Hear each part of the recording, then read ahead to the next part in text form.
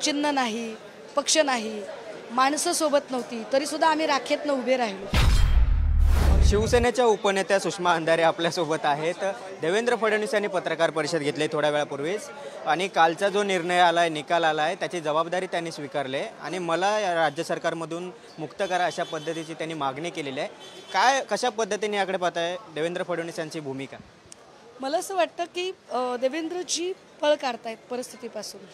खरं तर त्यांनी आमच्या पक्षप्रमुखांकडून शिकलं पाहिजे की चिन्ह नाही, पक्ष नाही, माणसं सोबत नव्हती, तरी सुद्धा आम्ही राखेतनं उभे राहिलो, आम्ही लढलो। तर हे लढणं जमलं पाहिजे। शस्त्र टाकून पळणं सोपं आहे, फेस करणं अवघड आहे। देवेंद्रजी फेस करत नाही आहेत।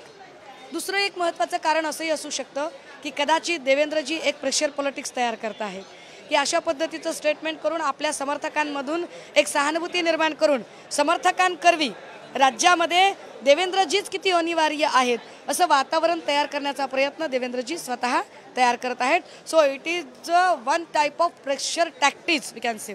तर हे एक दबाव तंत्र असू शकतं। आणि तिसरं असंही असू शकतं कदाचित की देवेंद्रजींना या सगळ्यांमधनं काल जी भेट झाली देवेंद्रजी आणि बावनकुळेजींची, त्यामध्ये बावनकुळेंच्या प्रदेशाध्यक्ष पदावर कारवाई होऊ शकते अशी चर्चा ऐकिवात आहे। तर अशी कारवाई कदाचित देवेंद्रजींवर पण होऊ शकते। तर त्याआधीच एक डिग्निफाईड एक्झिट आपण घ्यावी, कारण पार्टीने कारवाई केली तर सेटबॅक बसेल। त्यापेक्षा आपणच हे बोलून मोकळे होऊया आणि मग सांगता येईल की देखो भैया मैंने तो खुद ही कहा था कि मुझे जिम्मेदारी से मुक्त करो। तर या आशयाचं ते असावं असं मला वाटतं। कालचा जो निकाल आलाय त्यानंतर एकंदरीत महाविकास आघाडीला जास्त पसंती अशा पद्धती एकंदरीत चित्र आहे।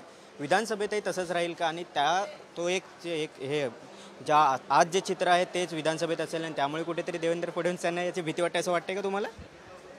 मॅन्डेट स्पष्ट आहे, फक्त महाराष्ट्रातच नाही तर देशभरामध्ये मॅन्डेट स्पष्ट आहे की मोदीजींनी जे तोडीफोडीचं राजकारण केले ते कोणालाही आवडलेलं नाही आहे। एक ॲटोनॉमस इन्स्टिट्यूशनचा जो गैरवापर, अतिरेकी गैरवापर झालेला आहे, ज्या स्वायत्त संस्थांना हाताशी धरून आम्ही कचरा साफ करणार आहोत, आम्ही भ्रष्टाचारांना साफ करणार आहोत, पण कचरा साफ करून ठेवला कुठे साहेब?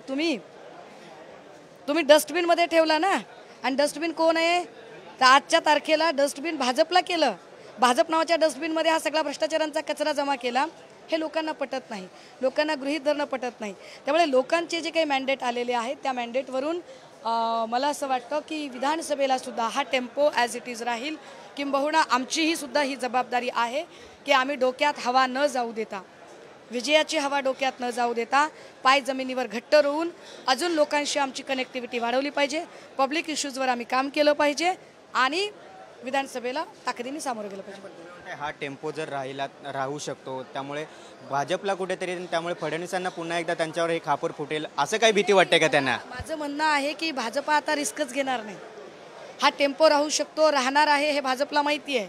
आणि अशा परिस्थितीमध्ये देवेंद्रजींबद्दल जी कमालीची नकारात्मकता महाराष्ट्रामध्ये आहे, देवेंद्रजींच्या मुख्यमंत्रीपदाच्या अतिरेकी सत्ताकांक्षेमुळे जो भाजपला जे फटका सहन करावा लागलेला आहे, त्यामुळे मला नाही वाटत देवेंद्रजी तर मुख्यमंत्री कधी बनू शकणार नाहीत, हे तर माझं आधीच सांगून झालंय।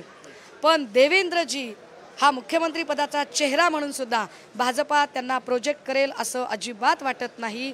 या उलट देवेंद्रजींनी ज्या ज्या नेत्यांना संपवण्याचा प्रयत्न केला, मग ते चंद्रकांत पाटील असतील, पंकजा मुंडे असतील, सुधीर मुनगंटीवार असतील, विनोद तावडे असतील, या सगळ्यांमध्ये ज्यांनी अत्यंत ताकदीने एवढं सगळं होऊनही या चेकमेटच्या राजनीतीत स्वतःचं अस्तित्व टिकून ठेवलं, ते विनोद तावडेजी कदाचित कमबॅक करू शकतात। आपण एकंदरीत पाहिलं तर या ठिकाणी हाच टेम्पो पुढे राहील आणि त्यामुळे कुठेतरी पळ काढण्याचा प्रयत्न या ठिकाणी हे देवेंद्र फडणवीस करतायत आणि भविष्यात देवेंद्र फडणवीस हे मुख्यमंत्री राहणार असा दावा देखील या ठिकाणी सुषमा अंधारे करतायत। व्हिडिओ जर्नलिस्ट विक्रमसह गिरीश कांबळे, साम टीव्ही, मुंबई। देश विदेशातील प्रत्येक घडामोडींचे लाईव्ह अपडेट मिळवण्यासाठी आता साम टीव्हीच्या सर्व सोशल मीडिया प्लॅटफॉर्मला लाईक, फॉलो आणि सबस्क्राईब करा। तसंच सर्व नोटिफिकेशनसाठी बेल आयकॉन प्रेस करायला विसरू नका।